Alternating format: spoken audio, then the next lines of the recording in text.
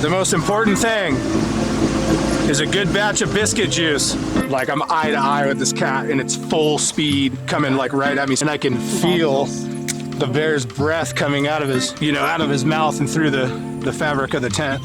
I like to work for that animal and not just walk up, find it 400 yards away, and blast it with a rifle. I watch the documentaries on the slaughterhouses and everything, and I'm like, oh my gosh, like personally, I just don't want anything to do with that. So the first one of any species, you're supposed to take a bite out of the heart. The meat's the trophy. When the fishing's good, you know what I mean? You can't catch them from your couch. You gotta be out there. Leave the work to us when you come, when you come out on the river, come fishing with me.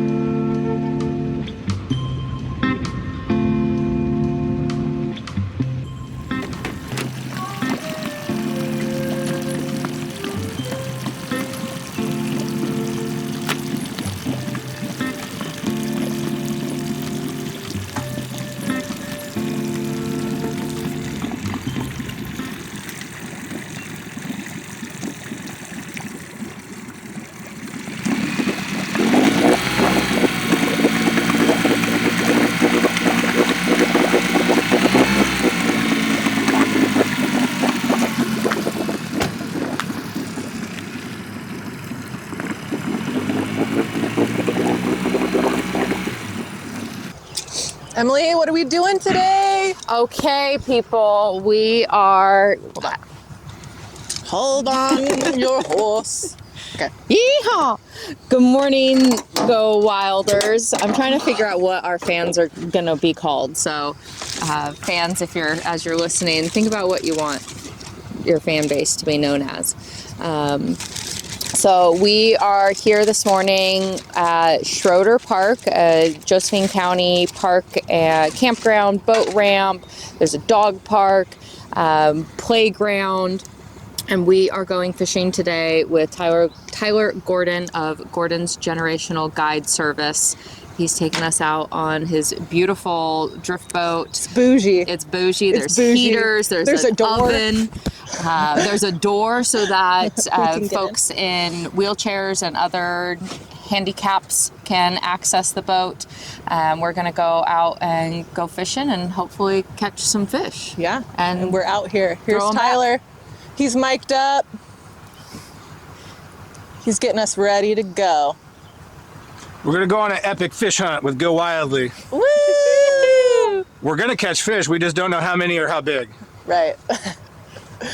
But we know where. To be continued. He knows where we're gonna catch the fish. Yes, and it is a great day here in Southern Oregon. This is we're supposed to get a little rain tomorrow, so we really lucked out today. It's supposed to be sunny. It's like 40 degrees right now, but it's gonna warm up to about 70 degrees. It's 7:37 a.m. We've been hanging out for about an hour, shooting the shit and getting to know each other, getting prepped for the day. Tyler was telling us that these river trips, these fishing trips really start the day before, getting all the gear put together, all the lines tied and lures tied. Clearly, I need to learn more fishing lingo. This will be great for you, Emily, because you're so rafting centered. When this is a very we're on the river. It's very similar, but a whole nother layer to the river that you haven't really done. Yeah, that I get to observe a lot, but I don't participate in at any rate of frequency. And it's something that I've been really interested in getting into, especially as a boat captain, as an oars person. An oarsman. Well, I'm a woman, so I'm gender neutralizing it. As an oars person, and learning where the fish hang out. Learning how to find those seams and stay in there, and it's going to be a fun one. We're going to do a little interview with Tyler today and getting his story and background and just all that fun, cool shit too. How and why he's been doing this his whole life. local Southern Oregonian. Come on aboard. Woo! What are you doing today, Heather? Fishing. Fishing the Rogue, what it's known for. Yeah. Rafting and fishing, baby. Awesome. And get that door, Heather. I'll come aboard. Oh, I'll get the door. Yeah, you just gotta swing it and slam it. And if you guys need to open this down the road or down the river, you little silver latch right there. Okay. Kind Cool. of see it, little pinch point. Awesome sauce. All right, I'm gonna come right out, right over the bow and squeeze in between you guys without Let's see. getting too wet.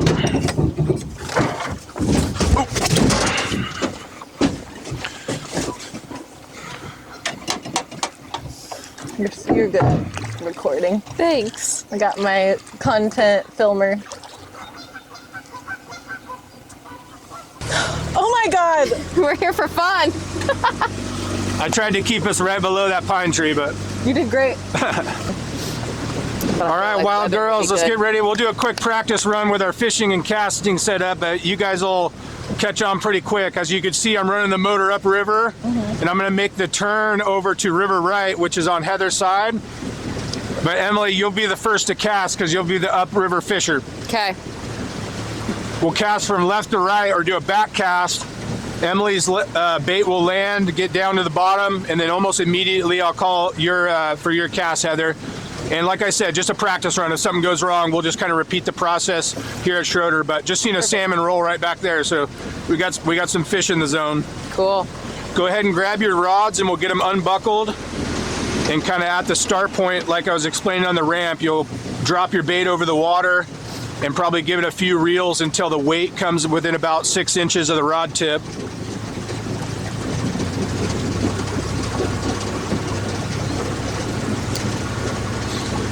Let's give it, close the bail real quick, Emily, and let's do some reeling until you get the weight. See the weight up at the top? Mm-hmm. Yeah, right about there. Okay. And now you can adjust the string so it's you're able to grab it with your finger. Perfect. You good, Heather? I can't see your reel, but you got it pinched, and yeah, basically when we come up, it'll be more particular like when I'm coming up fast water and in the riffles, because the swing and the cast and everything's going to happen, you know, like more systematically. This is nice calm water, so it's a good spot to practice. But this will be the theme of drift fishing like this. I'll come up, motor up. I'll run the motor. I'm thinking the fish are going to be river right and down below us a couple 100 feet. So I'll get the boat into position first, and then I'll call out casting orders. At least for the first hour, you guys will get the hang of it. Cool. All right, Emily, we're ready for your cast first, and from the seated position, just start left. Go swing your whole rod left, and we're gonna do a pitch like out and right. If clock direction's good, it's like 2 o'clock. Okay. So it'll be like in front of the boat and slightly upriver. Perfect. And close the bail. Good, and now give it a couple reels so that we're tight on the line and it'll start bouncing on bottom. Heather, once you see, basically all throughout the day, once you see her line out and in the water, you just, like I said, pick a spot, you know, 15, 20 feet to the left of her line and make your cast. Okay, but not yet. To land. No, you're ready to go. So out over here. Yeah, about 2 o'clock. And as long as you, like that, see how you missed her line, but you've got about 5-6 feet of separation. We got something going on here. Oh, it got turned the wrong way. I can fix that for you. I could fix that. Ooh. Oh, reel. You got a fish on. Keep reeling. Keep it tight. There you go. Keep it tight. First cast, fish on. Oh my nice and easy right here. It's a little baby. Oh, Nice it's and a easy little right here. flock. The rod tip up to me. Hi, fishy. Look at you. You're lucky today, Emily. That's it. Get it right behind the gill. We release those little ones quick because the water temperature is kind of high, and I don't want to, you know what I mean. I don't want to tear them up. Yeah, we want to keep those fish happy and healthy. First cast, first fish though. Going to be bitey. So we'll just go back out. Let's just repeat the process here. We'll do a left to right cast. So both of you just swing your rods to the left, follow each other like this way to the left. Hook your line, open your bail. Where am I casting out here? No, take both of the rods right now, go to the left. Okay. And then She's Emily's upriver right now, so she's going to go like 2 o'clock. Okay. You give her a cast. Yep. That's okay. It's more like 3, so we'll just, we'll try to practice a couple of times getting out in front. Now you go ahead, Heather, and aim for 2 o'clock. Perfect. I went ocean fishing one time, and I said my goal was to catch the first fish and the biggest fish, and I was the only one who caught a fish. Oh, cool. Cool. Caught a nice sized barracuda. Don't reel on your reels. We want everything to be like free drifting. Remember, Okay. like coming down, looking as natural as possible. I can feel the bottom. Mm-hmm. Yeah, and that should, the vibration in your right hands right now, it should be like butter knife on glass. Ting to ting to ting to ting. Mm-hmm. And a fish is going to be the same, but faster and harder and softer is the best way I can explain it. Like a handshake. Faster, you know harder, what I mean? softer. Faster, harder, softer. That's the theme of my this sex. Faster, harder, softer, though. Oh. Yep, got a fish on. Another little one. Oh, I lost these. Oh, I love it. I love it. I'm going to become a fisher woman. I think. I'm going to be like, Dad, yeah, you might not be going out. I'm going to get your boat ready and go take it out on my We're own. going to go fishing. Go ahead, can I Heather, when you're cast ready. it? Right out 2 o'clock. Perfect. You guys will know throughout the day too, like if you look at Heather's line, because the sun's helping us, you see where the clear line meets the yellow? Now the yellow is going underwater. Yeah. For the most part, you want to bury that yellow a couple feet under the surface because the average water depth that we're going to cover today is between 10 and 12. So I set that clear bumper for that, so it's a visual indicator of whether or not you're close enough to bottom. Cool. There'll be some deep holes and I'll let you guys know when, but I'll be like, hey, let out some extra line because I'm trying to get down 18, 20 feet. I didn't really know fishing could be so fun. I mean, I've fished in my life, so but it's just a different mindset these days, Yeah. Yeah. It's such a kind of passive but active pastime with reward. Or potential. Potential reward. I mean, the reward is you get to be outside Right. and hang out with a friend or hang out by yourself and listen to the sounds of nature and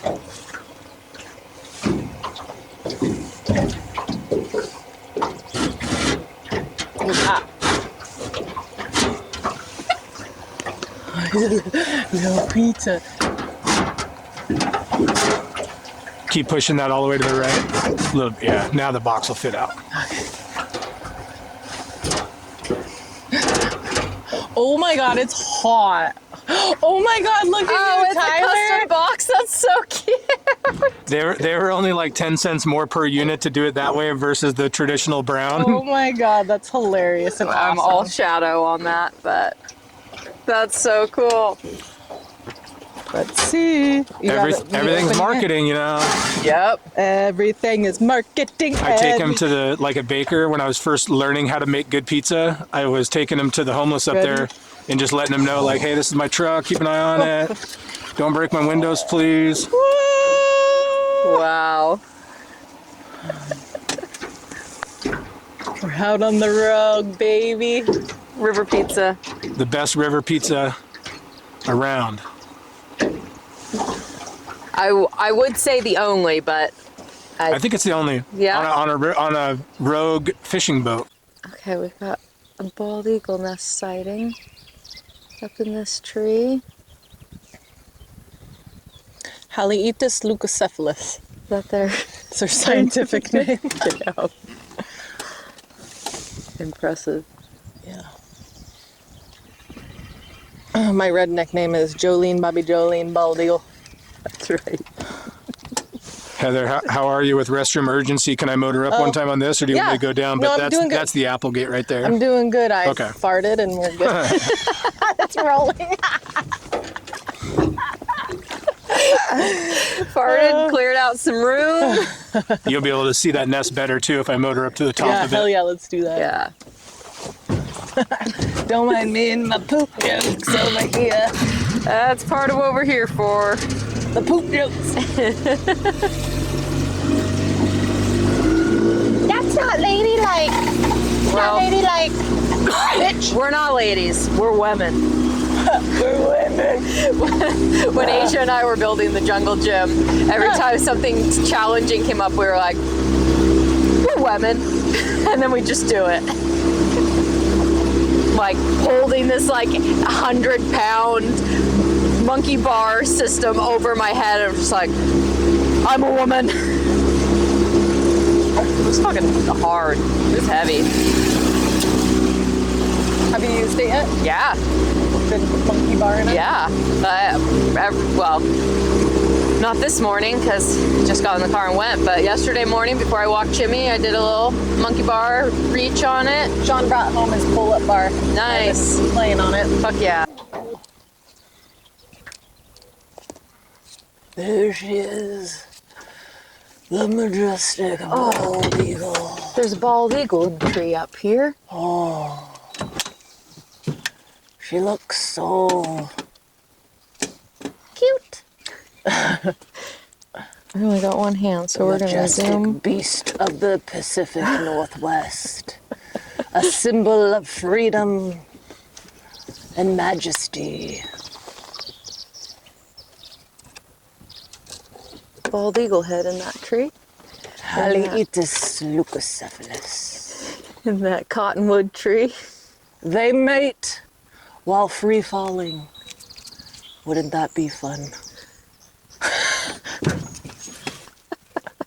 Oh, how do I got a bite? I don't even know.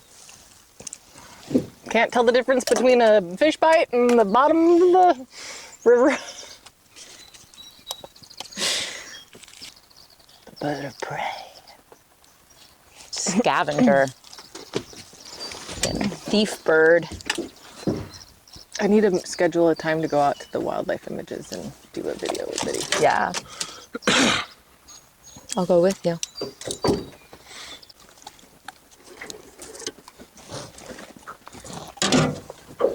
Swing them right over here. Go rod tip up in the air. And swing it right above my head.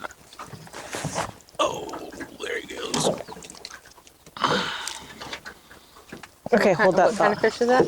That's a rainbow trout right now. Here, hold on. Those ones will grow up. I'll get you. We'll get you more. I shot them in the net. I can hold them in the net for you.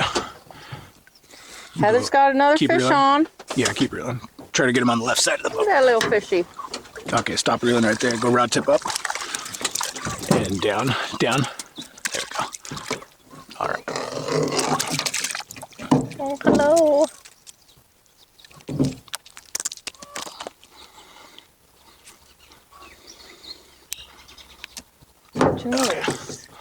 Cool. Thanks, little fish. There, you can get some video of him. He's happy and healthy right there. Here. Heather, you want the camera? Hold on a second. Oh, you got your other camera on. Got it?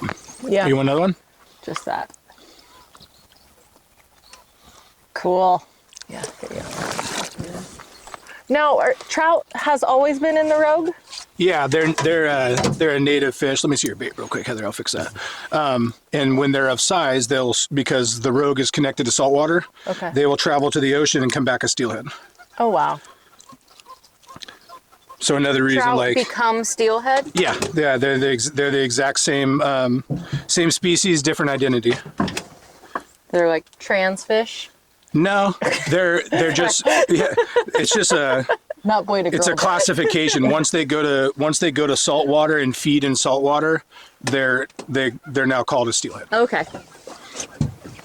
Because you can imagine if you were a rainbow trout and you were stuck in like Lost Creek Lake where there's a dam, you can't get to the ocean in there. Those will remain trout Okay. forever. They'll never be able to make it to saltwater. But because the Rogue is connected to saltwater, they'll go and feed in the ocean and then come back a steelhead. Makes sense. Wow, cool. You want me in? Oh yeah, bring that in. I'm sorry. We'll get you guys a recast up here coming up. Such a beautiful day. Really nice Dang. weather. There's another osprey up on the 12 o'clock up in the yeah. trees. Pray.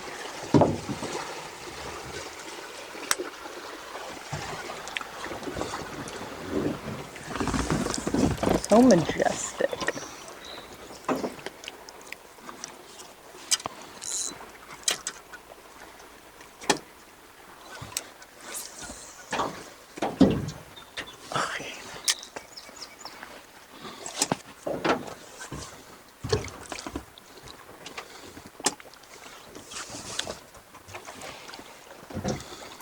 Well, Tyler, you want to give us your spiel on just like Who you are, where you grew up, give us the, your performance. Yeah. Talking about yourself. Sure. what you do. Yeah, first name's Tyler. My business is Fishing with Gordo, or Gordon's Generational Guide Service. Been a guide since 2020. Been on the river since before I can even remember. Pictures of me coming down at 2 and 3 years old and catching fish with my dad, my grandpa, and my uncle. We've been out in the outdoors doing something all my life. It's almost natural, fishing and hunting. Enjoy it every day and love being out here with the Go Wildly sisters, fishing sisters. Yeah. Fishing's kind of slow today, though. It's kind of late in the run. We're but having a great we're time. finding some, and we're ripping some lip. We're and fishing. letting them go. And we're catching. And we're catching. Oh, I'm just getting all excited. Well, tell us what what you fish. Like, what's your guiding? Salmon and steelhead for the most part, but every trip is tailored. So if I meet a client coming from out of state or out of town, I need to know exactly what kind of trip they're looking for, because they might not, they might want to do half fishing, half photography. They might want to go for a trophy steelhead and nothing else. They might want salmon or nothing else. They might want a combo trip in the fall on the Rogue. Summer steelhead and fall salmon overlap, so there's opportunities to catch both in the same trip, which is a lot of fun. And I've taken families up to the nearby lakes, and we've done lake fishing, for bluegill and smallmouth. Kids enjoy that. The adult fishing community, they prefer floating the river like we are today, looking for salmon and steelhead and being on the Rogue. But the trip packages are limitless. I love that. I love that customization of it. Mm-hmm. It's really cool. And so you've been fishing and being in the outdoors since you were a kid, but being a professional fishing guide is more new to you. What were you doing before? It's not that it's new to me. My family and cousins and friends or mentors and stuff have been professional guides, outfitters for, going all the way back. My grandfather hunted the West, Colorado, Oregon, Northern California, Washington, Idaho, Montana. So that was all of my bringing up, was at least, working another around the outdoor community or guide service of some kind. So me personally, yes, I started when I got out of the Army in 2020 and started my own guiding business. And did you go into the Army right out of high school? I did, even during high school. I was 17 and 3 days old, which is the absolute youngest that you can join with parental consent. That's cool. How was your experience in the military? Oh, I loved it. Yeah, the military, for lack of better words, I mean, it overlaps with being good in the outdoors too. We sleep outside, we sleep on the ground, we travel from state to state or country to country, and we have to adapt to the environment. And I spent plenty of time in the Army fishing and hunting as well. I would accrue up to 30 days of paid time off per year, and I'd usually always save that for fall archery in September, but also weeks here and there for fishing. That's so cool.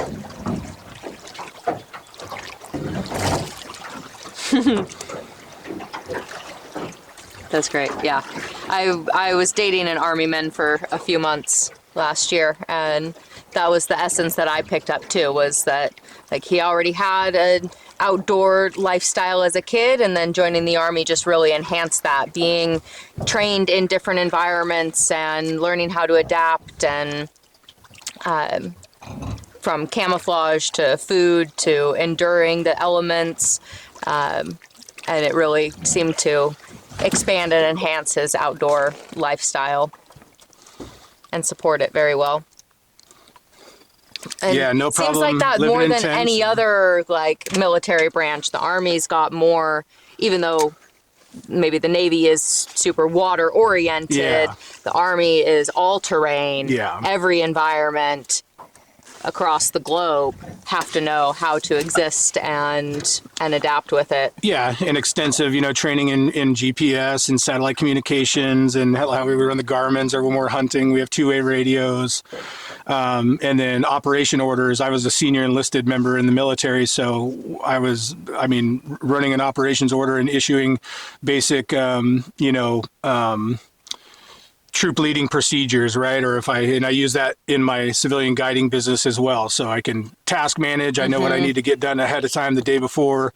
This weather applies to this, and that's all, operational training like the Army would do. If I was going to run a mission, I wouldn't just wake up one day and go conduct that mission. It would start 30 days or more before the day of action to do intel analysis, supply requests. What do we need? How are our fishing reels running? Do we need to order a new one? Do we need new fishing line? And plan A, B, C, D, prepare for any incidentals. Yeah. And in civilian terms, that's what like an operation order is. It's the overall outline of everything that's going to be, whatever the objective is. You have an objective, and then you'll have subsets of orders and a process, it's the process. Great blue heron. Yeah, very transferable skills. Yeah. Easy to go from military to civilian life with all of that training. Yeah, and then specific to, because obviously the Army doesn't provide any training for like what bait to use on what day, or, what fishing technique you want to use versus lake, river, ocean, whatever. All of that came from my family. That was from my grandpa. Spent all of my childhood, all the summers, any waking minute was on the water with him in his boat. And he would teach us all, the types of fishing. We could troll, we can back troll, we could back bounce, we can drift fish like we are today. All of the processes of fishing all came from my family. And still have a lot of that in journals and different things that I can look back on, even though my grandpa's passed away now. Did you always know that you would be in the guiding, like you would eventually do a guiding service, and you knew that you were going to just follow those footsteps? It was a part of my process or my plan of action getting out of the Army for at least, a decade before I started, and had help along the way, building it, setting it up. And like we talked about this morning, do a little bit of, set up for the business side and having support for that. But that was always the plan, because I knew that I was going to retire from the military. I was 37 years old. I already had 20 years done. I started at 17. So I was still young, had my Army pension. So it's not like I don't need to be out here to make $1 million. I like to take people fishing and have fun, and the pressure's off, because it's not my main source of income. But with that, like being 37 years old, and what do I want to do? Do I want to go work, for the government? No, I just did that for 20 years. I want to change a pace. You know what I mean? Not to say that my, working for the government's bad or anything. It's great. Have a great benefit options and stuff like that. But I needed to do something, and I wanted to work for myself. So why not take something that I've already seen and analyzed and SWOT analysis and put all that together, and Gordon's generational blossom from there. So it was relatively a new venture for you. I mean, 2020, so 5 years. How was it the span of 5 years? Have you really, how's business? Business has doubled every year. Wow. Amazing. So we just expanded. We just got a new jet boat to offer salmon trips now on the coastal section, and I'll run the jet boat here on the Middle Rogue in the fall as well.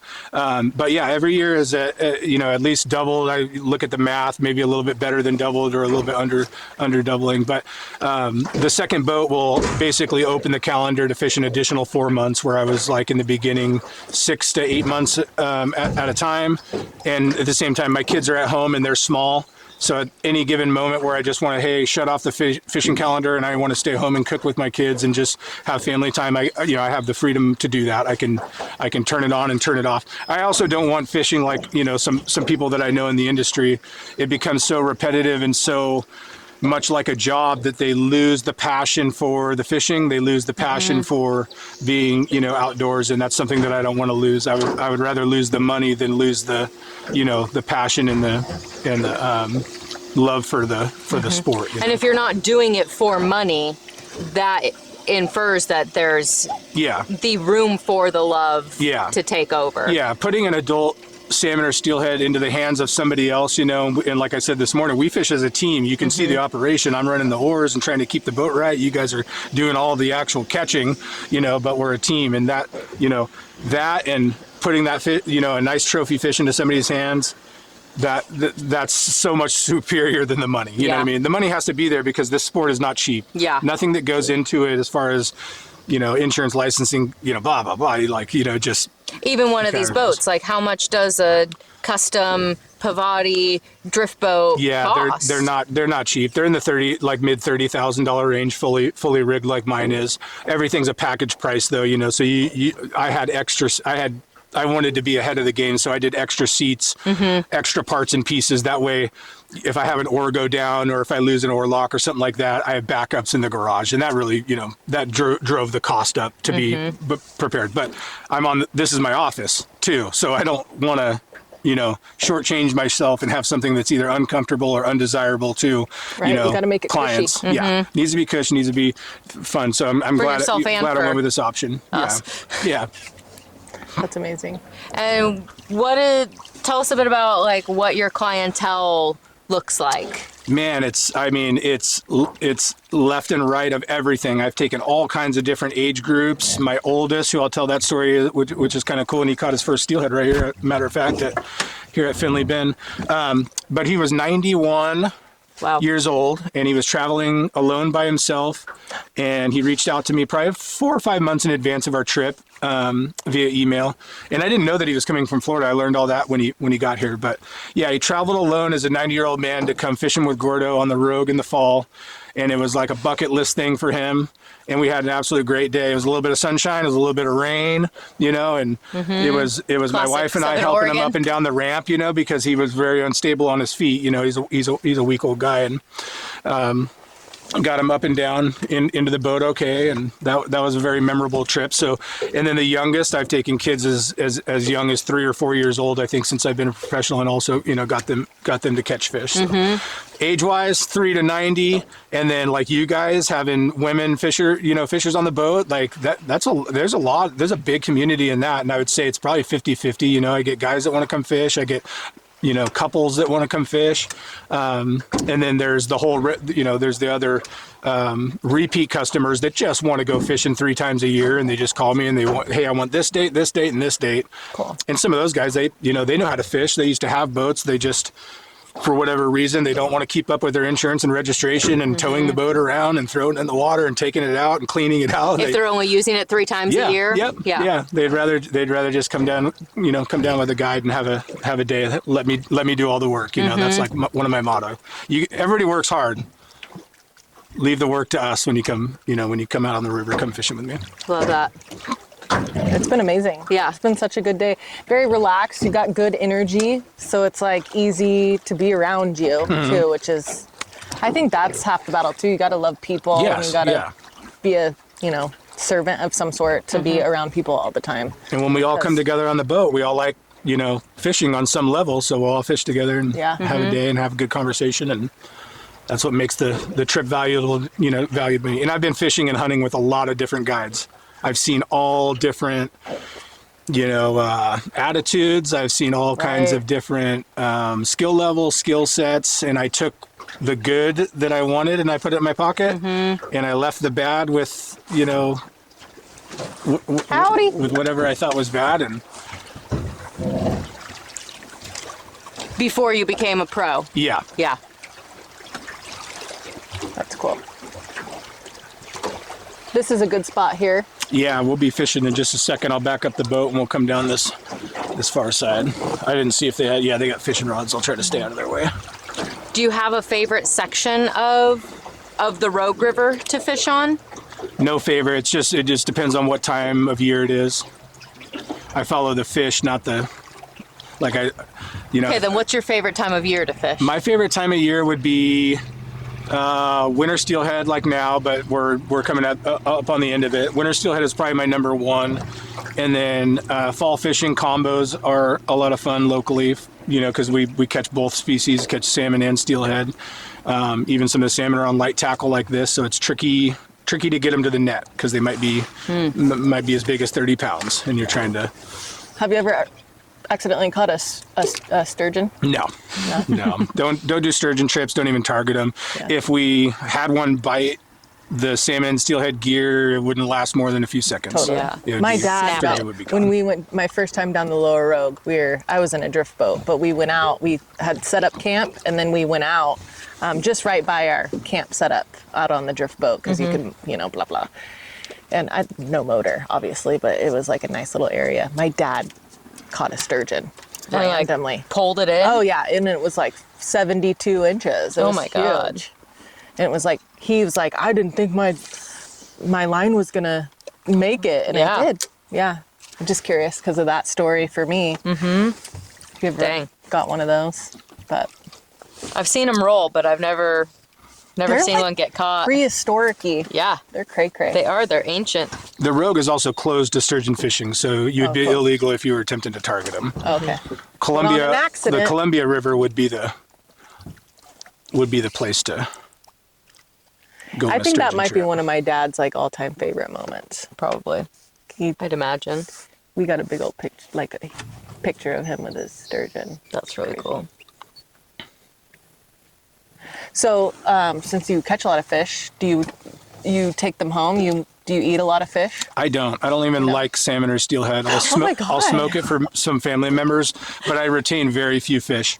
Okay. Me personally, let's say this winter steelhead run, I might catch 20 or 30 adult steelhead, just me fishing. I call it fishing left-handed to catch them, just having fun. I'll release almost all of them. I'll probably keep one per run. Because you don't like the way they taste? I don't, no, it's not about the taste. I just don't prefer salmon or steelhead. I like white fish, but my kids and wife, they like salmon, so I'll keep salmon and steelhead for them. But we always have plenty too. My kids catch them, and if I leave it up to them if they want to tag it and cool. Do they come out with you a lot? Yeah. Awesome. Well, when you have the 10, 20, 30 days a year, probably. My kids are fishing with me. It's amazing. Or brother, mom, dad, some family members on the boat, throughout the year. And if they want to retain fish, they can. Mm-hmm. I am more of a high protein elk meat person. Cool. Low fat, high protein. That's my table fare of choice. Mm-hmm. But I'll do rockfish. I'll go out with a guide in the ocean and we'll go rockfish, halibut. Cool. You do any trade work? Like you're like, hey, come up and I'll take you for a trip. You take me for a trip. No, because they need to get paid. Totally. they have families to feed and that's their business. So I am happy to pay. It's cool. They're giving me a good bit, and that's the fish that I like to eat. And I'll even buy 7 seats on a boat. If it's a big charter boat, I'll bring friends and family and I'll buy all 7 seats and I just tell them hey, we get the bounty comes to my freezer. It's all mine. Yeah. That's very generous of you, and also a fair trade. Yeah. I'm bringing you, so I get the meat. Yeah, and that's like my daughter loves ceviche. So we get rockfish. We make rockfish ceviche all summer long. Yum. The fishing for me or guiding gets slow in June. Like I told you guys, I go fly fishing for fun. I'm gonna do a trip with my uncle this year in Northern California in the high Sierras, and probably spend like 20 or 30 days just catch and release only. But fly fishing lakes and streams up there. Do we got a fish on? No, just a little bite. Oh. But I'll run the motor up and we'll come down Matson or whatever. But you guys, obviously we'll keep rolling, keep your podcast going if you want. But yeah, we could definitely. I don't want to float straight down to Griffin quite yet. No. We could just keep it going, and because I want to throw the line in, and we'll keep chatting. Yeah. Yeah, maybe we'll get you guys hooked up on a fish while the podcast is running. Heck yeah. Hopefully.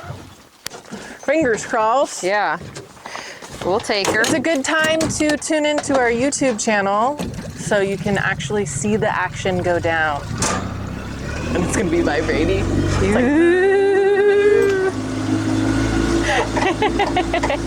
Because if you're just listening, you're not getting the full spectrum of what's happening. It's amazing. It's amazing. It's amazing.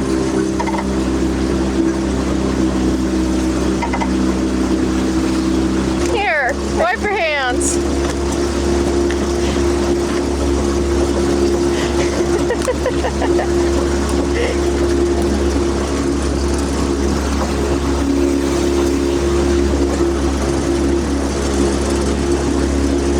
This is working out great. Yeah, it really is. It's awesome. This is fucking awesome. I love my life. I love it too. I love your life too. Thank you. Mine's a little rough at times. Hey, you got a great life too. Oh, I do. I'm super grateful. Fucking awesome life. I mean, we're both doing this. This is part of both of our lives. So. We are each other's lives. Yeah. God damn it. You are my life.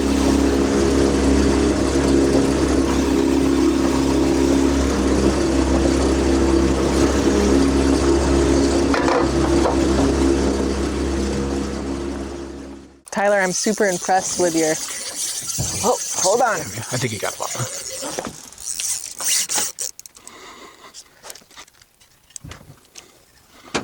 I'm impressed with your eye to know when it's, when there's a bite, when there's a snag happening. Yeah, just like you're on it. Over time, you see hundreds of them, thousands even. You know what they start to know what they look like. Ooh, one just jumped over there.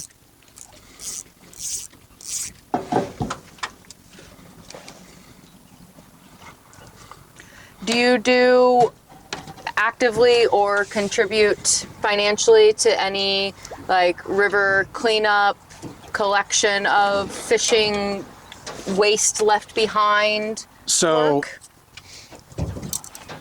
The times that I take, me and my brother, people want, free trips or whatever, we contribute to that. Like the Rogue River Cleanup Day, we participate in that if we can or if I'm not booked.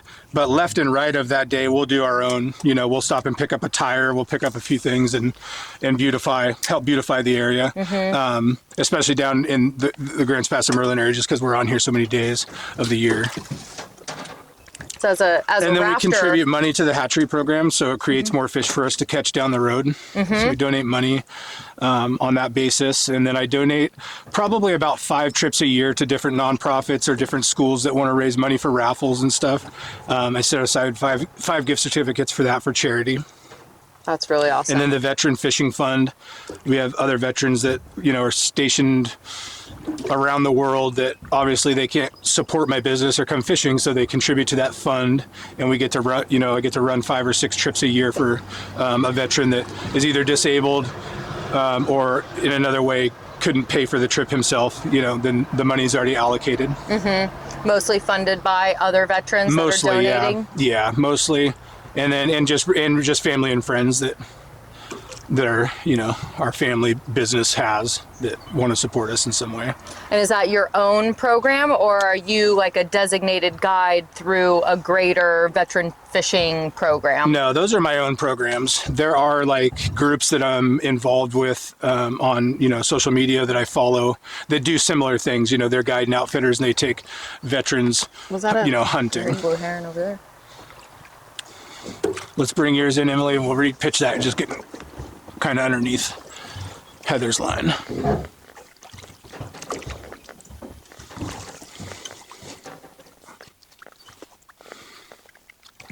And you can send it when ready from right to left. But yeah, does that answer your question? For the most part, it's internal, the charity work and river cleanups and everything. We just do ourselves. Fish on and off. Yeah, I don't know. I think he was playing with it.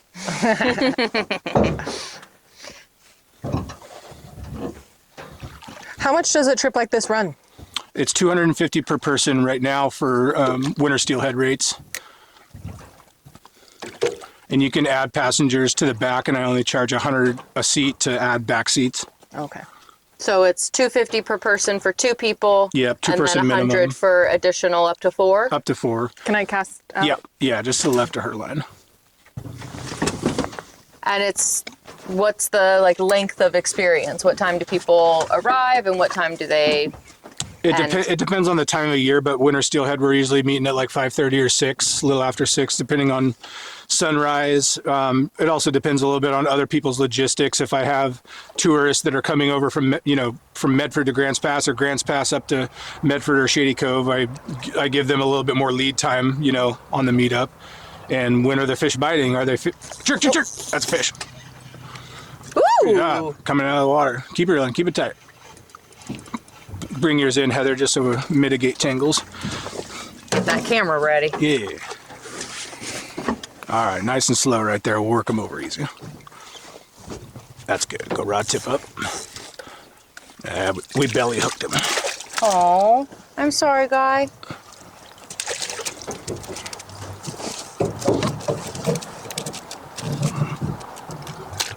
I mean to get you in your belly. Oh, Go have a good life. he didn't feel it. We just see blood. No, he'll survive. He wasn't bleeding. It was right in the fin. Oh, good. He'll be okay. All right, go ahead, Heather, right towards that house. Perfect. That's a cool house. I'm down with that spot. That'd be a good Airbnb.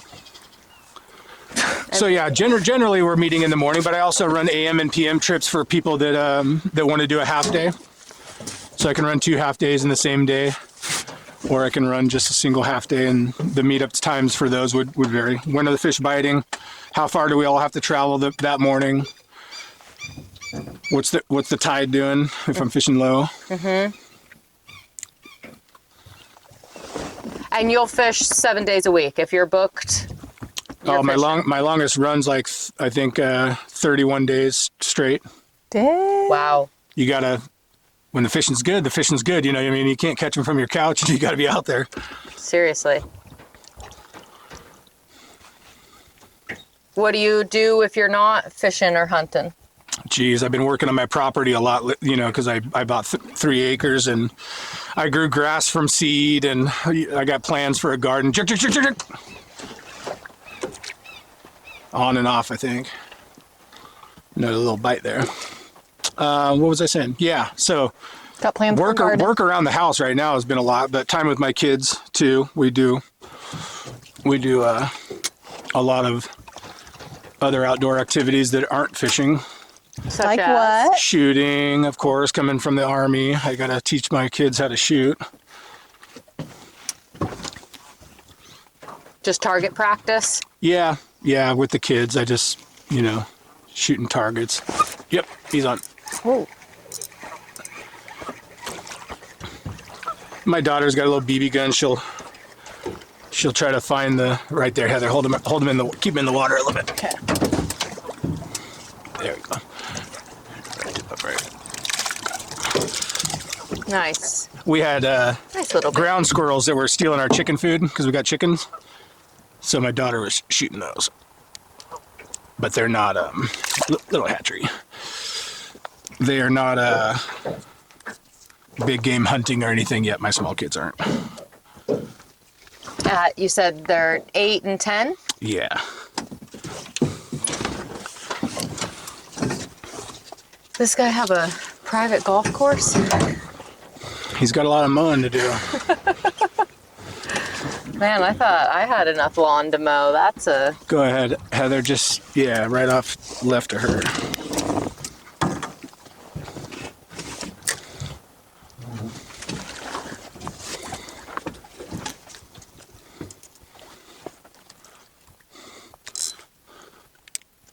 Well, should we ask the big major question?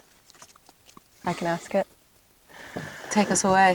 Tyler, what is the story of your most pivotal outdoor moment? The one that shaped you and made you who you are? Maybe it was a little bit of fear. Maybe it was a little bit of just an aha moment. Can one core outdoor moment come to mind for you? Tell us that story. I don't, man, that's so hard. There's so many. And like I said, it's like I started hunting and fishing from the phallic age, you know, before memories were even created. I guess like in the realm of hunting, you know, the first bull elk that I got with a bow and arrow, that sticks. That really sticks, you know, and it was a lot of miles hiked, a lot of, you know, almost got him moments. It snuck in. I was really close to an elk, but I didn't get a shot, or a shot and a miss. Yep, that's a good fish. Keep it tight. Oh. Keep it tight. Is it swimming or is it bottom? I thought I saw it swimming, but kind of looking like bottom right now. Is it shaking at all? Let me feel it. I think it might have bottom. Yeah, bottom. Shucks. Dawn. Or it's a stick. Because there's still something on my hook, but it's free. It's not a fish, though. There it is. It's a stick. Get the net! Watch out, beaver might be coming for it. You're breaking up my home. That's a squirrely stick. And the camera's rolling for this trophy. Check out this trophy. Ooh. Is this? Oh, you got it like pose. a guy holds fish. That's gonna taste good. Nice. Catch and release. Okay, your first bull elk. How old were you? The first bull I was like later because I was in the Army. I think I was 25, 24 or 25. So the first elk that you shot with your bow and arrow. Yep. So and you were first bull. 25? Okay, and first bull. Yeah, I had gotten other deer and elk and, bucks around Oregon and stuff. And that was in Montana. I was gonna say, where was it? Hunting with my uncle in Montana. Bring it in, Heather. I'm gonna run up before we hit fast water. How far did you guys hike in? What did that look like? So Up early in the that morning? day, yeah, up early, and we cut the distance. Paint the picture for us. What's that? Yeah, Paint the sure. picture for. Uh-oh, camera battery died. Because apparently it wasn't built for this raw, rugged chaos of fishing with Tyler Gordon. Here's your reminder that Gordon's generational guide service is the real deal. We're talking custom adventures, wild game vibes, and the kind of fish whispering that makes salmon sweat. Tyler's been doing this since he could walk, and honestly, if Bigfoot could book a guide, it'd be Tyler. Book the trip, catch the fish, and maybe, just maybe, get chased by a bear. Not really, though. 10 out of 10 would recommend. All right, batteries are back in, lines are tight. Let's get back to it. Nice. All right. Take us back to 25 years old. Oh, it was story time on the elk, huh? Yeah. Yeah. Yeah, let's see. All the detail, all the imagery. We want to feel it. So it starts in camp, and it starts with a wake up of 2 or 3 hours before sunrise, which can be 4 or 4:30, depending on how fast you can get ready. We cut the distance on the area that we want to hunt in by quad, so we jump on four-wheelers, jump on our four-wheelers, and we cut some of the distance off. Stash the bikes when we're, off trail, and then we start hiking in by headlamp, and walking. I don't know, covering. There's so many different, like setup points that we have. We might one day it might be a shorter hike than the other, depending on where we're going to set up to hunt. But that morning, if I remember correctly, I had about a 30 or 45 minute hike into. Let me see that real quick. 30, 45 minute walk to my hunting site. And what I didn't know. Did you guys scout it out before you went in? My family's been hunting there for 30 years, probably 30 or 40 years. So you guys had it mapped. Well scouted, well established areas. And semi-permanent hunt locations. Sometimes the elk are in a different spot, so you have to, make plan A, plan B, plan C, depending on how you're patterning the elk's movement. But what I didn't know, walking in with the headlamp, is I didn't know that my uncle had harvested an elk a day or two prior, and there was a predator on his carcass from the elk, rib cage and guts and waste is on the ground. So long story short, I walked in on a bear that was on the carcass, and of course I'm walking with the headlamp and it's pitch black, and I hear this what sounds like Velcro, like heavy duty Velcro unbuckling, but that's the same sound as like tendons being torn off bone by a bear. Ooh. What'd you do? You can make a long story long. You don't have to show it.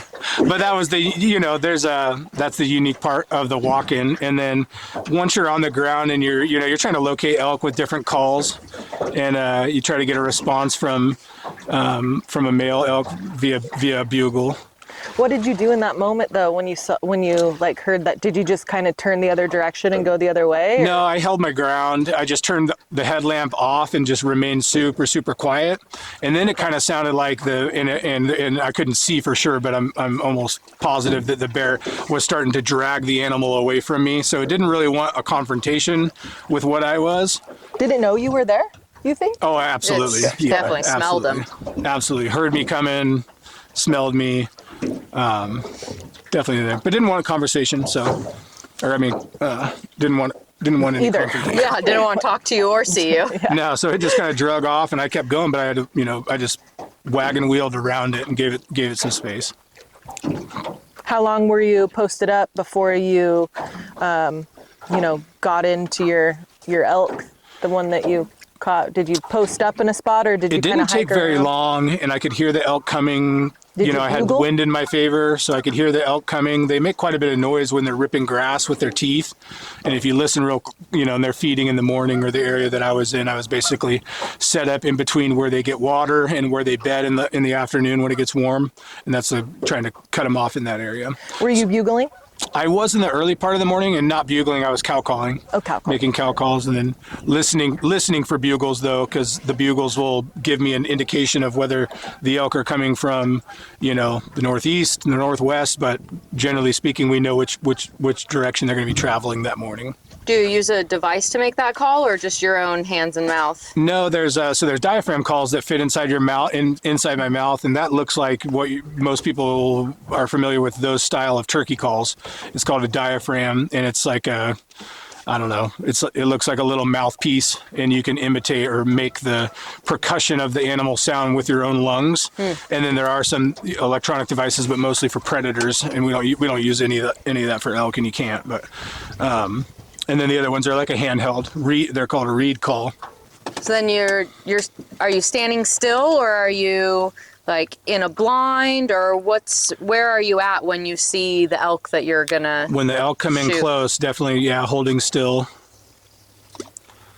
Holding as still as can be, and trying to not silhouette yourself. And silhouetting to an elk or to animal's eyes, basically just letting them see your entire outline as a human, from arms and legs and head. If you have any kind of structure that you could put in between yourself and the elk, even if it's just a few branches, it breaks up that outline, and they have a hard time seeing you. Of course, we're in camo as well, but camo only goes so far. The most important thing to not be identified by an animal is don't give them your silhouette. And are you alone, or you're with family members at this time? There's other hunters in the area, but I'm definitely on my own, as far as the walk-in and getting to whatever destination point that I want to set up and call from or observe from. Oh my gosh, what were you feeling in the moment when it was like, how many yards away did you? That bow shot on that first bull was I think it was 24 yard shot. Wow, nice. Pretty close. Close. The closest I've ever made with a bow on a bull elk is 4 yards. Whoa, wow. So really close.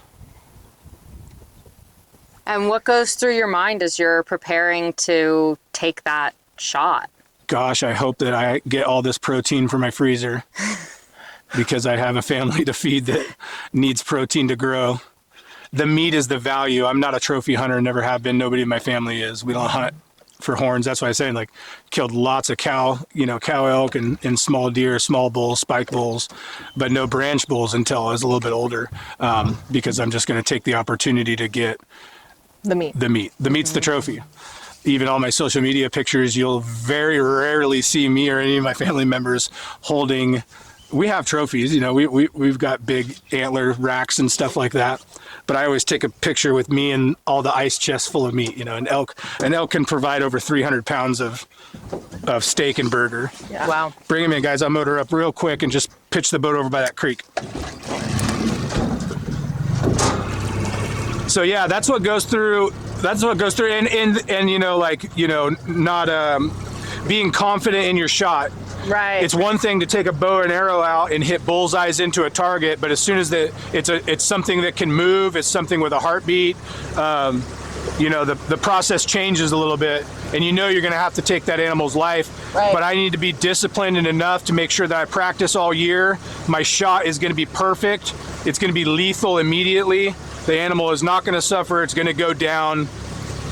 And that, you know, then it's excitement about harvesting the meat. But I'm always confident in my shot because I shoot my bow year round. There aren't very many even days that go by that I don't practice, you know, shooting my bow and arrow. Yeah, that's cool. My dad's a bow hunter.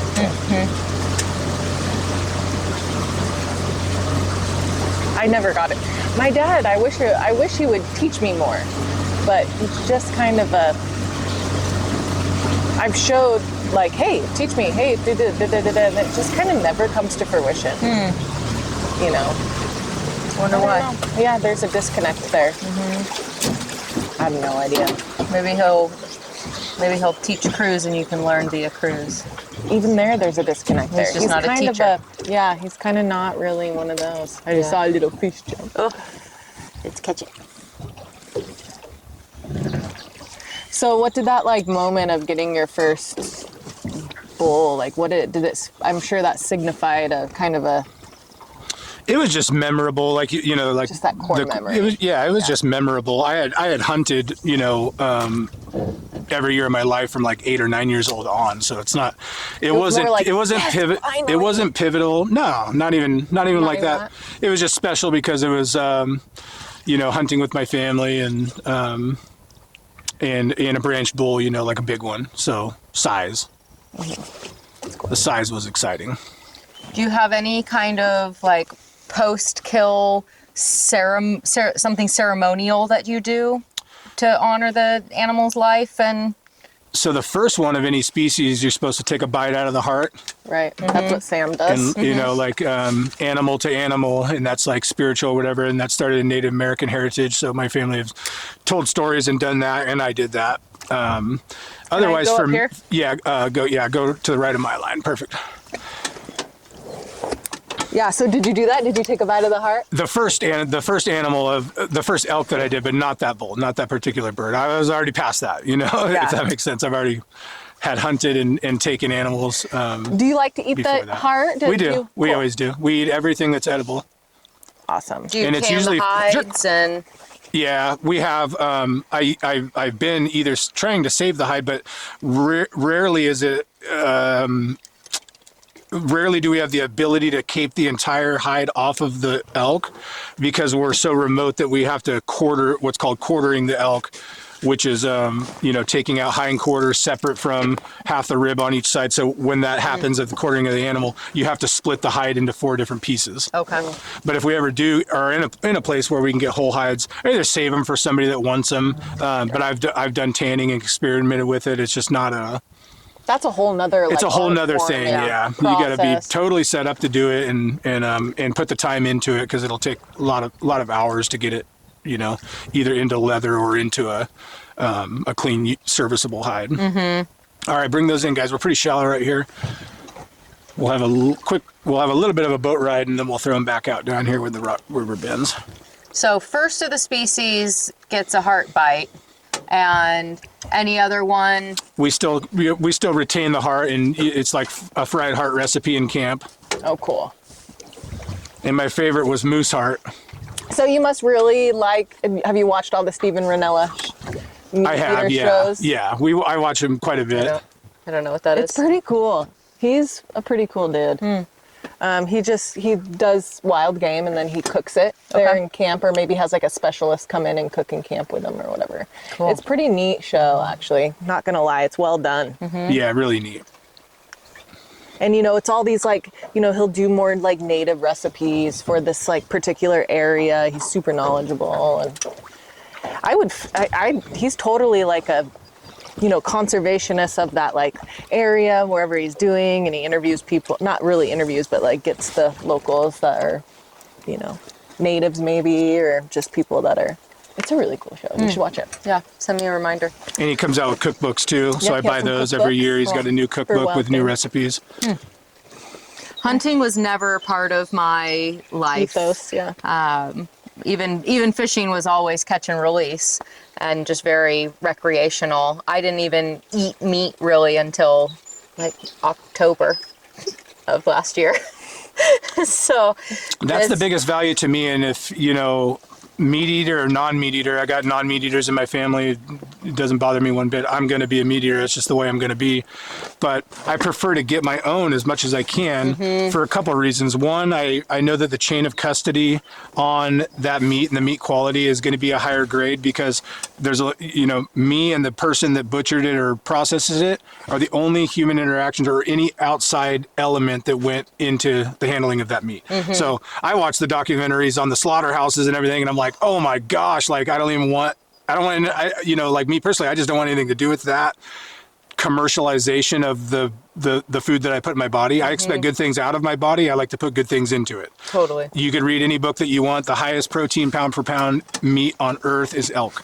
You can't, bison comes close, deer comes close, but elk is at the top of the list for the quality of meat that you could put in. So, and when it's killed instantaneously, it's out there just basking in the glory of its life, and then it's over. Yeah. There's no cortisol release. There's no cortisol release. There's no fear, trauma, disorientation that taints flowing through their meat. Yeah. It's just and it's hard to shoot them. You know what I mean? If I had to do you like shooting animals? Like, not really, no, but but at the same time I got to eat, and I like to get my food from that source, and I like to be the one that does it. I don't. Yeah, my dad's always called it like harvesting. Yeah. It's harvesting. We're going to go hunting, but I'm harvesting. Yeah. He hates it when crews will be like, we're gonna go kill an animal, and like my 9-year-old, he's not quite there yet. Yeah, he's a boy. Figuring it out. Yeah. He just likes guns. And he's like, wait, we're harvesting, we're gonna eat this meat. We're gonna do that, It's pretty cool. And I know Sam does that too. Sam's really, his dad is really he's in touch with the earth and everything. Yeah. When so you started hunting pretty young. Had you harvested an animal prior to your Army enlistment? Oh yeah. Okay. Yeah. As teenagers and stuff, growing up around here in Grants Pass, we were blacktail hunting and turkey hunting. And my first trip to Montana was way before the Army. I just wasn't successful. I had opportunities, pulling back my bow and arrow and being set up. But if one thing's wrong, then I won't shoot the arrow. You know what I mean? If I see any probability of like a branch being in the way that could deflect my arrow and potentially wound the animal so I can't recover it, then I just won't take the shot. Wait till I have a perfect shot. So that's why the first branch bull was special, because everything lined up all of a sudden, you know what I mean? I had big elk animals and deer, whatever, around me at full draw, ready to shoot, but just decided to pass, you know what I mean? Because I'm going to make sure that I want everything to go good. I don't want to wing an arrow and hit it in its hindquarter, have it run 17 miles, and then, pass away. Try to not have that be the situation. Try to make, and that's why I told her, practice all the time. I'm going to make a heart, lung, lethal shot. Animal's not going to go far. It's not going to suffer. And it'll be, on the ground before it even knows what hit him. Like you said, there's Do you do any rifle hunting? I have grown up, but I don't anymore. Yeah, just it just took the sportsman out of it. The hunting with the bow and arrow is more primal, and it matches with the skill levels that I have. You know what I mean? Right. I can hike in. I can camouflage myself. I can make it more challenging, basically. To me, if I had to, go on a hunt with a rifle, I got no problem with it. I got no problem with rifle hunters. I just did that, age 10, 11, 12, 13, 14, about the time I was like 15, 16, or my first archery trip to, here's it, bald eagle right there. Coming down for a fish.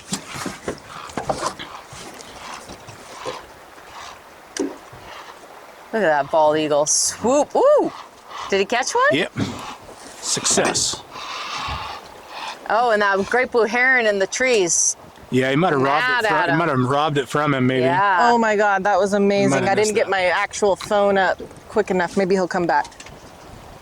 But I did get footage on here. Awesome. I think. I couldn't. But yeah, I prefer archery hunting for that fact, because it's more challenging. I like to work for that animal and not just walk up, find it 400 yards away, and blast it with a rifle. If I had to, I would, but I don't have to. I have the means. I could go buy, whole locker beef if I wanted to. You know what I mean? If I wanted to get good meat in the freezer. So I just prefer archery hunting. It's a lot harder. It's a lot more challenging.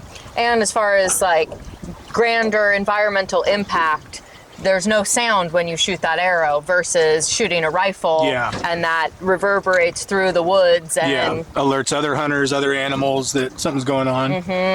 But it's totally legal, ethical, everything to rifle hunt. I just choose not to.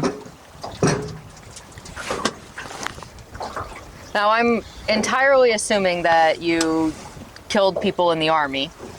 How does, like, emotionally, how does that experience of lethal shooting contrast to animal lethal shooting? Completely different, because the emotional attachment is black and white. You know what I mean? I'm out there going elk hunting to sustain my body, like put nutrients in.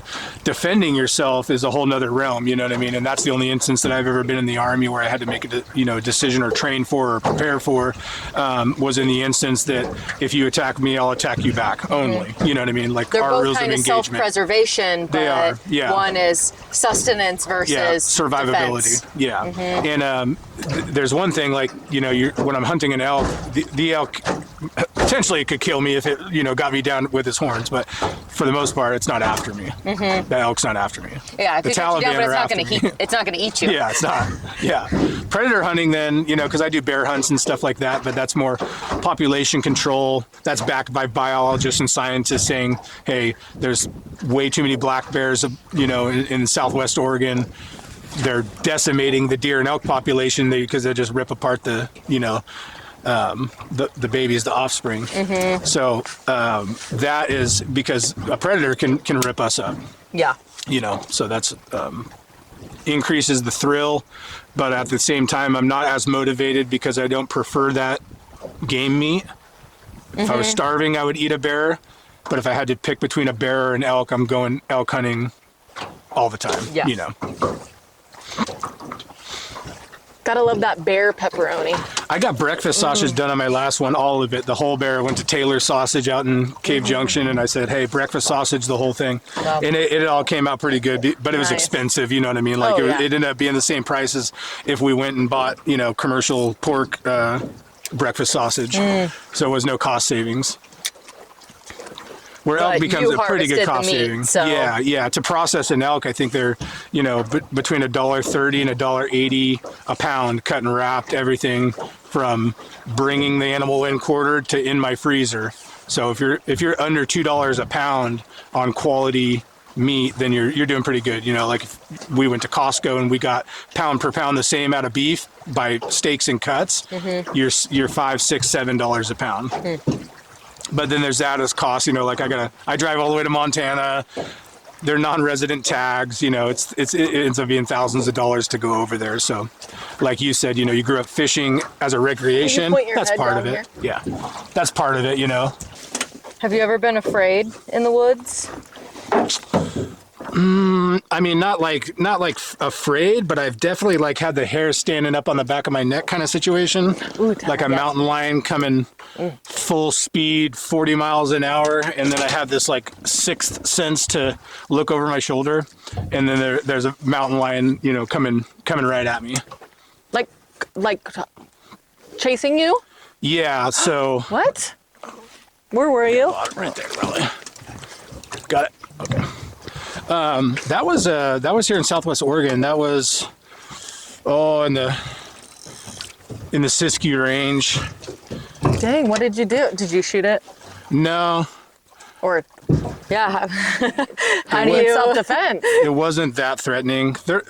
They're all animals, right? They're just coming to check me out, more or less. They might be doing me harm, but there's What were you doing? I don't have any fear of that kind of stuff anymore. Like I got over that at a very young age, you know what I mean? Like being spooked out of sleeping in the woods or bears, I've had bears standing right on top of me. I'm in my tent, but the bear is on top of the tent, on top of me, trying to sniff through the tent and smell what I am. And I can feel the bear's breath coming out of his mouth and through the fabric of the tent. Yikes. Can feel it sounds the scary, but it's really not, because the bear's just curious. Yeah. That mountain lion charging situation, as I look back on it, it's like maybe the mountain lion saw potential prey like below, like below me, like where I was looking at the same meadow I was looking at. That could have been the situation. And then once I turned and we locked eyes, the cat did kind of change its like path a little bit, but in the moment, it really felt like the cat was just, coming right at me. Were you out hunting? And it was, I was. I was deer hunting basically, and looking like, had a meadow out in front of me, left or right, maybe 120 degree left and right visibility that I could see this whole big meadow. And I got timber and wood line all behind me, sparse though, and old growth, so I could see quite a ways behind me. And it started to rain, and I was just looking over the meadow, like I said, waiting for a deer maybe to potentially walk by. And I get this sixth sense, or this like feeling like something's, have you ever had that feeling like something's looking at me, something's off. And as soon as I turn my head like this, like I'm eye to eye with this cat, and it's full speed coming like right at me. So it's closing the distance. So we're talking like within a second, it goes from 20 yards away to like 4. Holy shit. And as soon as he's like, 4, as soon as he's like 4 yards away, it almost seemed like the cat changed its path. Like I could see its paws like, pushing one way. So it kind of missed me off the left side by like 8 to 10 yards. And he just kept hauling butt all the way through the meadow. Wow. Oh, wow. In the direction that my truck was parked too. So I had to go that way. You're like, cool. Lots of times, or a handful of times, I've been between black bear and cubs. That could be like a little nerve-wracking because the sow, that's a female bear, they'll get defensive of their young, of course, and they put their fear of humans, it basically goes out the window, and they will attack. Mm-hmm. And then back to when you harvest an elk, and you're miles and miles into some remote... Oh, sorry, I'm listening. But Heather, hold your cast. See all this big bedrock out there? Just wait until you see a big green patch coming up down here. She got a little tangle too. Oh, okay. Here, just point it to me. But go ahead, Emily. I'm still listening. And you're out there alone. You're miles and miles away from anything and anyone. How do you get that elk? Oh, we quarter them. And if you're by yourself, you are quartering and carrying 4 trips. So you're going back and forth 4 times for each quarter. You're hiking out with 1 quarter, miles and miles. Drop it to the quad or vehicle or camp, whatever is the closest, and then going back again for the other loads. And that could all happen in one day, or is that like a multi-day? Oh, it definitely has to happen within hours because the meat will sour and spoil. Or get taken by another predator? Yeah, or get taken by another predator is a possibility. So how far from your quad would you feel comfortable going to know that you could get back in the time frame to keep the meat fresh? It would just have to depend on what's your like radius from quad for optimal success? It would depend on terrain, but there's no like one distance. If you guys have been outside in the woods, it's a big difference walking 4 miles downhill versus 4 miles uphill. So, and I try to logistically place the quad or the vehicle or camp or whatever with the downhill side, so I'm carrying all my meat downhill, and then I can haul butt, come up for the next load.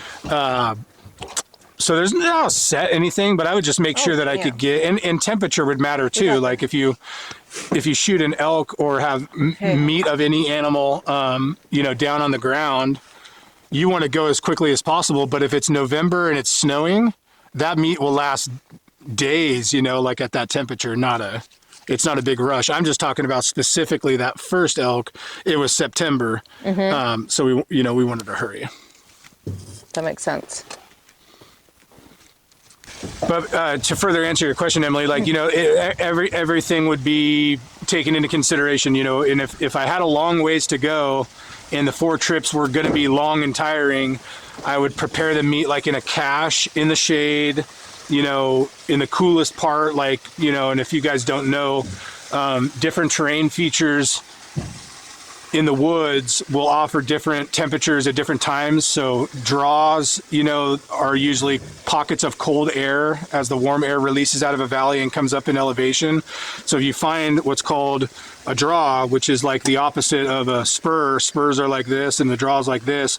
There's usually water in draws or seasonal, but cooler temperatures always are in the draw. So if I kill an animal and I'm near a draw, I'm gonna bail down in that draw, get everything tied up and in the shade, anticipating where the sun's going to be so that it all remains in the shade. And as long as you have the hide off of the meat will get kind of like a callus on it, and it'll protect the internal parts of the muscle fibers and everything, and it's not going to go rotten very fast.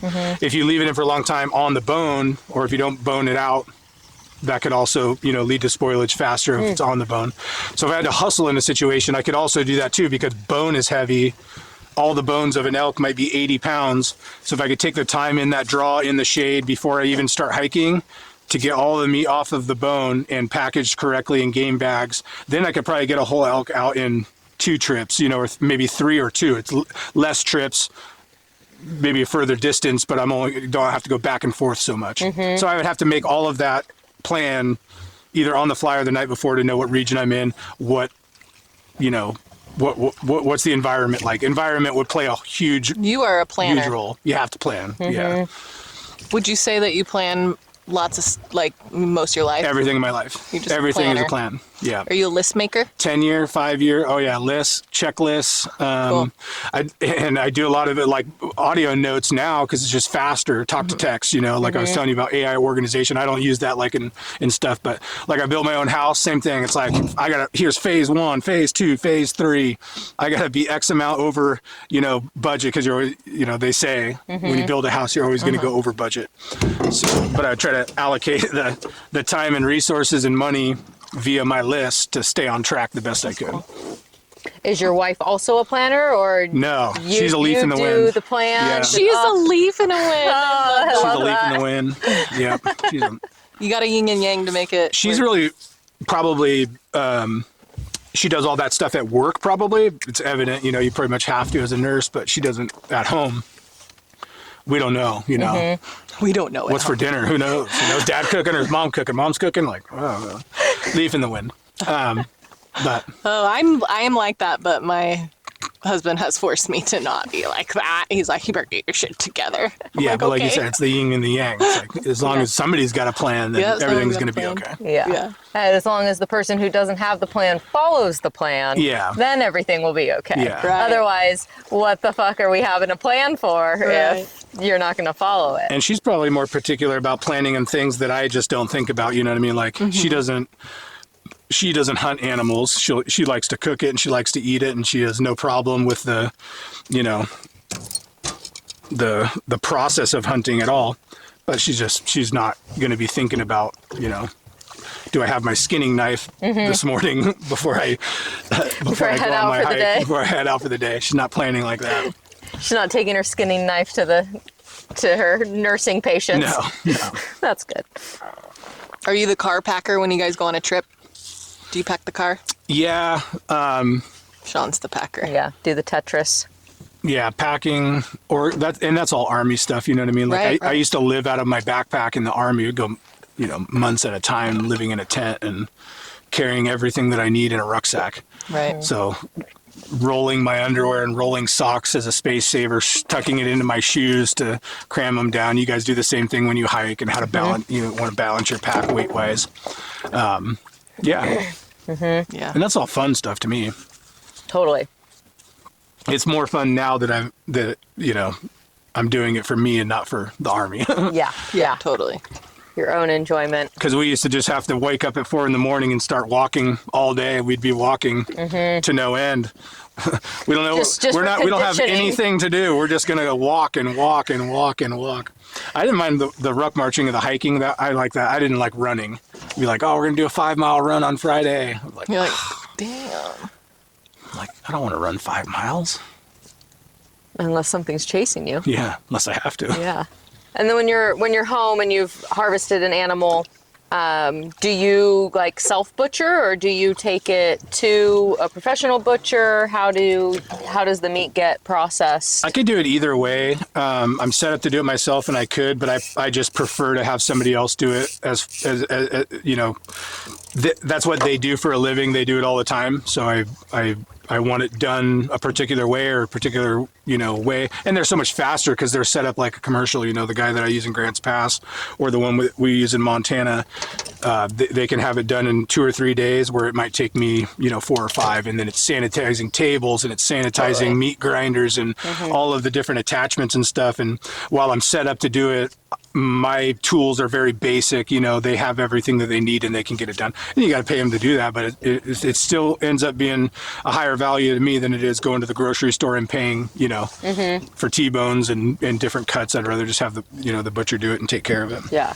And is there a specific butcher, or is it like the Fred Meyer butcher? Or? No, you can't take. So they have to be authorized to take wild game meats, different permitting of some sort. So you couldn't take an animal just to any butcher. It would have to be somebody that is licensed to do wild game. Okay. And you have to keep wild and domestic game separated, like in their, you know, freezers and shops and everything. They keep it all separate.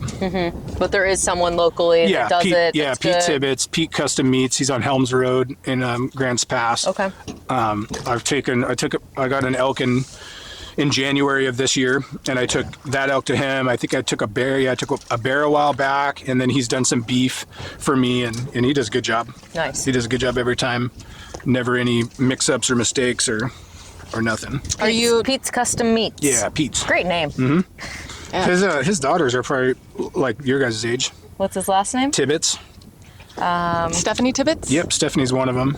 I know an Isabella, but she's in south end of the valley. Yeah, I only know Stephanie is one of them because on their I know her. Their price menu, you know, for like, I like to get pepperoni sticks made out of wild game. So it's like pepperoni jerky, basically. And one of his recipes is called the Stephanie Special. He named it after his daughter because she likes spicy. So it's got habanero, jalapeno, and cheddar cheese into the pepper stick. Cool. Yeah, I don't really know how I know her. Maybe Facebook, you know, I don't know. Small town shit. Small town. Yeah. Small town, totally. Do you have any mounts in your house? Do you have any taxidermy? I don't do, so they're just European skull above, European or just sawed off from the antler. I think I'm just, call me cheap or whatever. Like even if I had the means to do like a $3,000 shoulder mount with, you know, hide on, I probably wouldn't spend the money. Yeah. I'd buy something else. That's the one thing. You can't eat horns. Yeah. Right. That's the one thing that I'm like, what, when my dad passes, like, what am I going to do with all of his taxidermy? Yeah. There's like Elk Lodge and different places they'll take it, they'll put it on display and, you know. All right, let's catch us a big fish.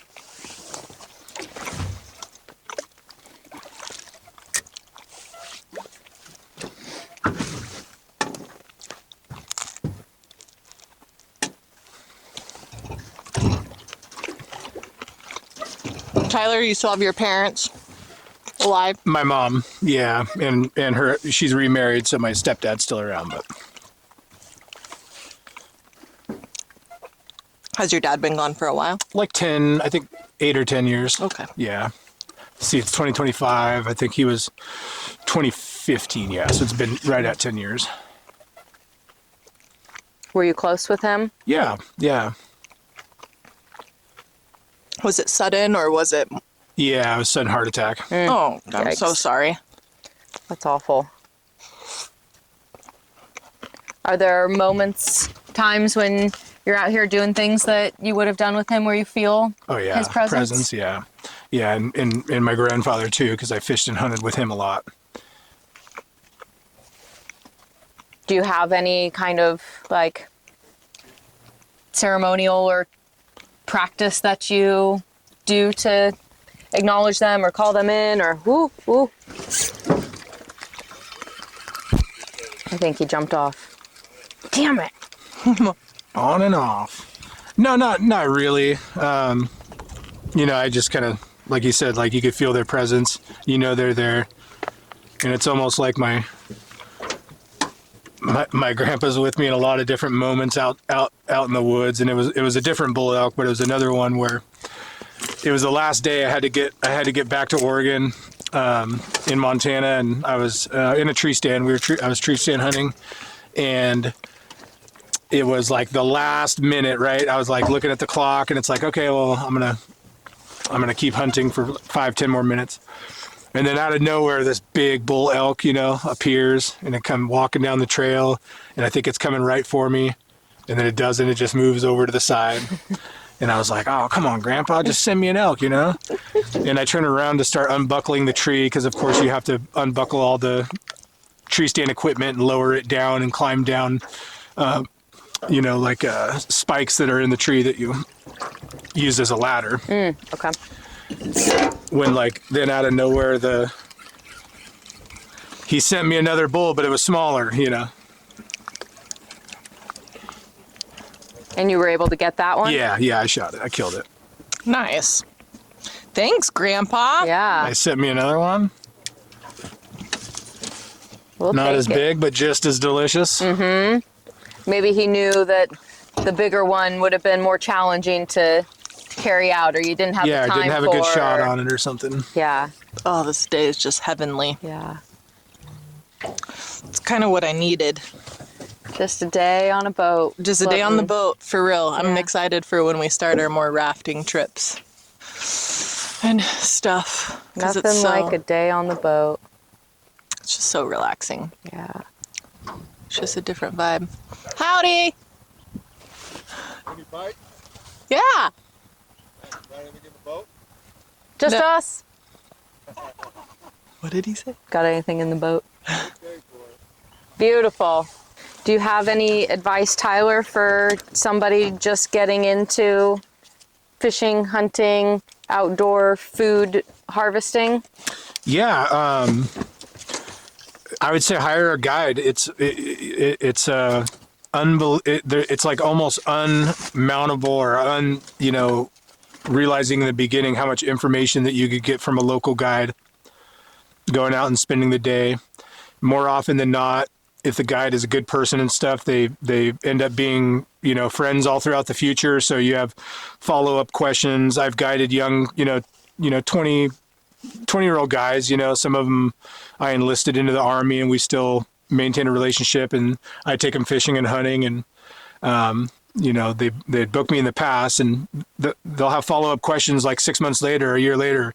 Hey, Tyler, what's the best piece of equipment, or what caliber of rifle shell should I use on my bear hunt, stuff like that.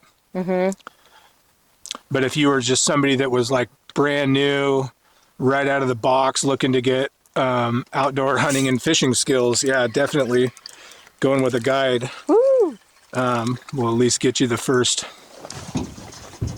It gives them a foundation, you know what I mean? It would be nearly impossible for somebody, I think, to just wake up one day and decide that they were going to, be a hunter or fisherman. Yeah. Just going to go out and learn this sport today. Yeah, Very different from it wouldn't baseball be, or basketball or. It wouldn't be impossible. It'd be very challenging though. And the challenge would come with a lot of wasted money, time, and resource. Does that make sense? Somebody could go and spend, ungodly amounts of money, but they're just not even hunting in the right spot or not fishing in the right spot, Yeah. And there are those, those kind of be like, you got a $3,000 rod, you got a $10,000 boat, you got everything, but you're not in the zone. You're not with the fish right now. Yeah. Getting lots of casting practice, but no catching practice. Right. Bring them in, guys. We'll motor up. Let's do one more pass, and we'll Call it. I have an interesting story once we get up here. I have a funny story about this spot right here. Real quick, so about right here, we were up here hanging out, this little sandy spot right here. And I don't know, it's just a nice summer day or whatever. And I hear a bunch of dogs barking. So there's property up here, people's property. And a bunch of dogs barking, and we can kind of hear them running this way, from up there, this way. and a freaking deer. The dog chased the deer off the cliff and just fucking plummeted to its death. And it was almost kind of like spooky. Mm-hmm. And we were like, what the fuck? That's crazy. Mm-hmm. And it was, but we like... Go ahead, Emily. Lead us off when you're ready. Know? Left to right? Yeah. It was very... Let out a little bit of extra line. It's kind of deep right through here. It was very crazy to watch. Yeah. Because it just, like, poor... Just shake it a little bit. There it goes. Poor deer, Poor deer, yeah. But survival of the fittest.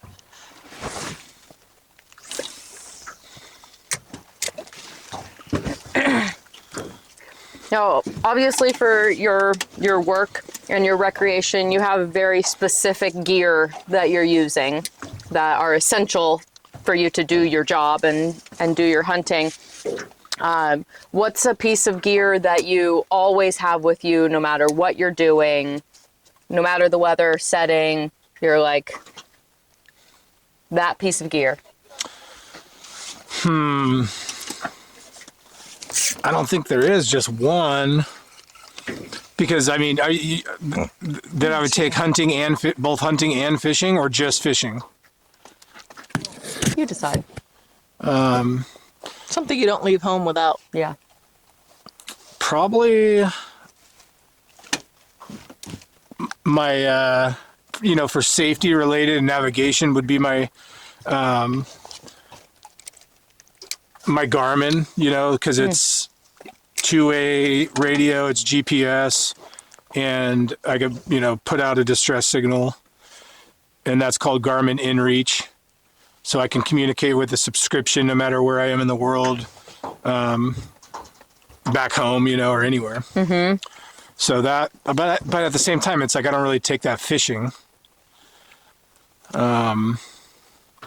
One piece of equipment, a knife, that's probably the one. Mm-hmm. Yeah. A good sharp knife would go anywhere that I was going. Do you have a brand in preference? Outdoor recreation? No, because for fishing, I like the Bubba fillet knives, but I would never use that hunting. It's the wrong style. A fillet knife is for fish. And then I like the Outdoor Edge interchangeable blade knives for skinning an animal. And then an everyday pocket knife, you can't go wrong with like Benchmade.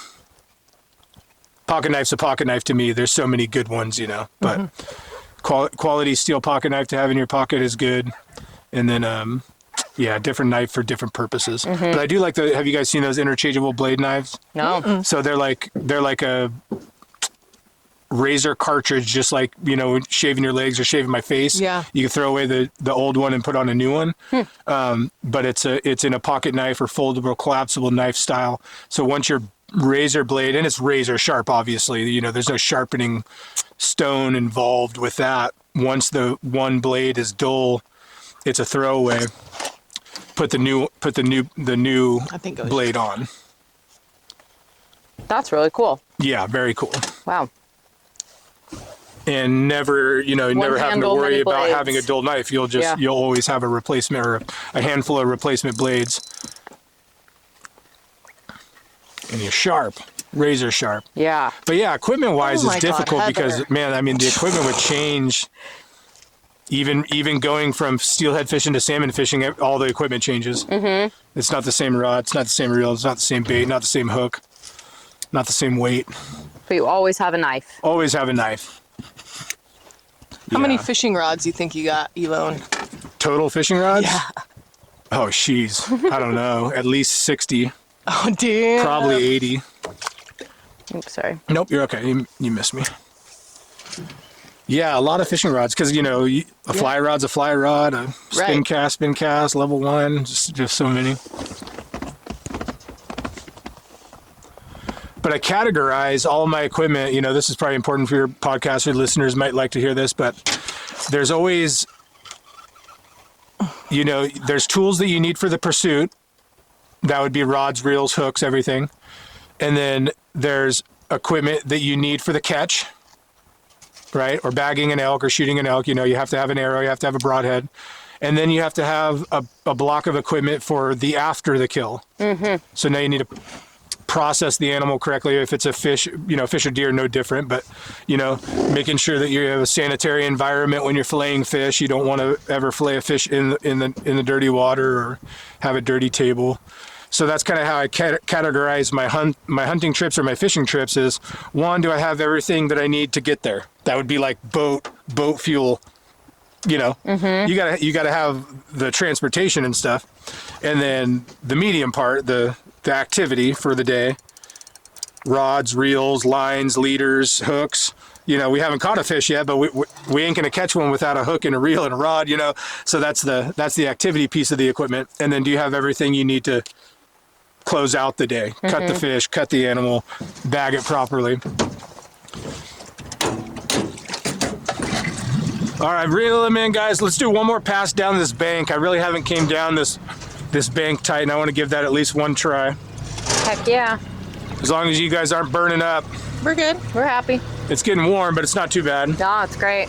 And Emily, the most important thing is a good batch of biscuit juice. What is this? Don't leave home without it.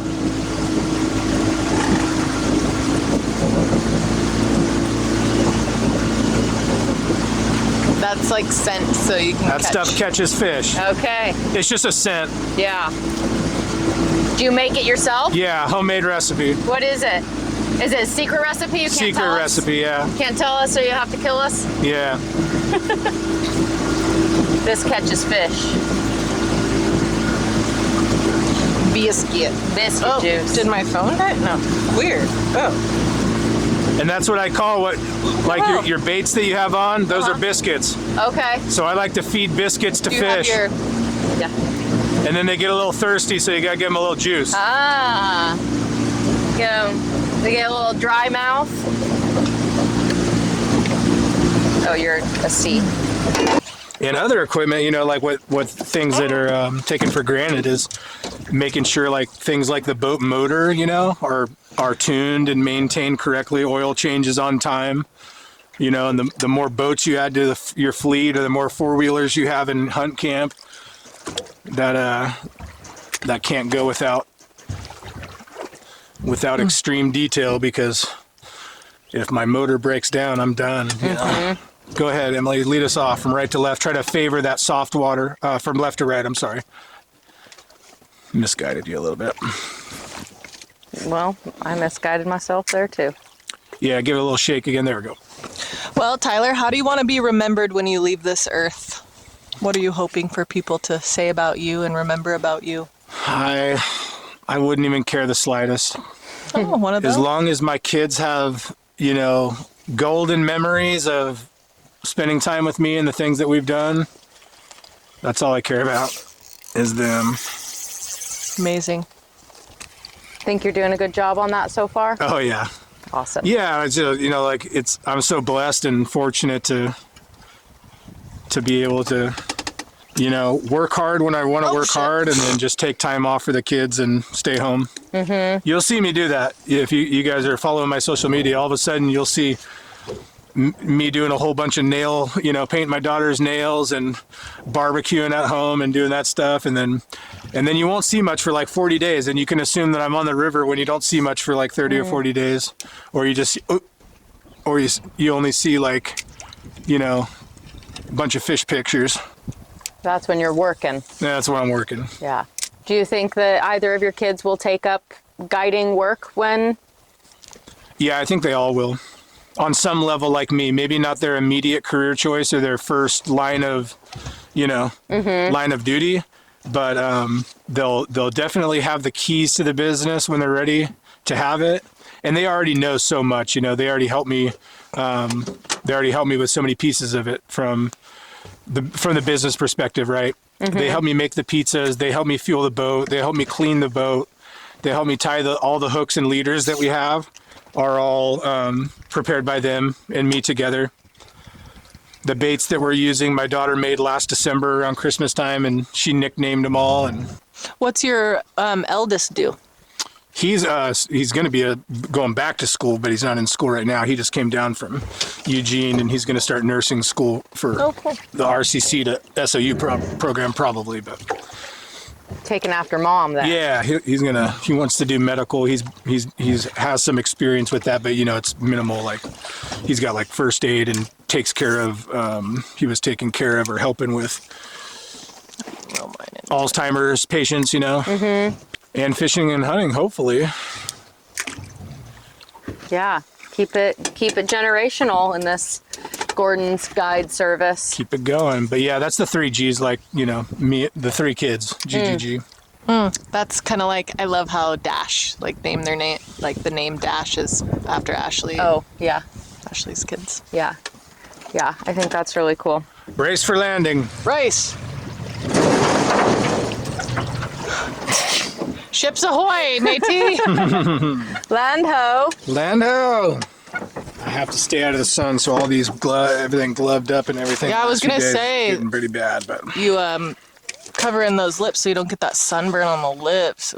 My nose gets it real bad because it's like the one area you see me wearing the mask, and that's so because I've had days where my ears just get fried, or it'll be like one little spot that I miss with the sunblock. But I was telling Emily this morning. I'm on the water and in the sun so many days that it doesn't even, there's no amount of sunblock that would do it. You know what I mean? I would still get burned and Well, thank you, Tyler, for your time and your expertise. Absolutely. I had a great day out with you guys. Us. Where can people find you online? Website, Facebook, Instagram, QR code on the box. Gordon's Guide Service, Gordon'sGenerationalGuideService.com. No, RogueRiverGuide.com. RogueRiverGuide.com. You banked that name. Yeah. Bought it a long time ago and owned it. Brilliant. Like I said, I was working on this a long time. Yeah. I didn't want to have to redo. Plans. I don't want to have to redo things like a website, or Google metrics and all that. It's all established long before guiding for 5 years. But you build all that. You have to build all that stuff on early on. Yeah. And what's your Instagram handle? It's everything social media is hashtag fishing with Gordo, fishing like a redneck, fishing with Gordo. No G. No G. The G's in the Gordo, not in the fishing. Yeah, but it's got the hyphen, so it's grammatically correct. Scoot over. Yeah, I had a great day out with you. Good day on the river. We knew fishing was going to be kind of slow, but I'm glad we got to reel in some fish and fight. You guys got to fight some fish, and we had some bites, so it was a good day. Totally. Yeah. You guys should look at maybe come down to Gold Beach and see that section of the road down there. I would love that. One of these days, we'll set that up. Same thing, maybe. Credits. Film edited and produced by Heather White and Emily Berlant. The Go Wildly music is Rainmaker by Jared Masters. Special thanks to Tyler Gordon, recorded on the middle stretch of the Rogue River. Thanks for listening. Please follow, like, subscribe, and of course share. New episodes drop every Friday. Remember to rate and review. Find us at Go Wildly Podcast everywhere.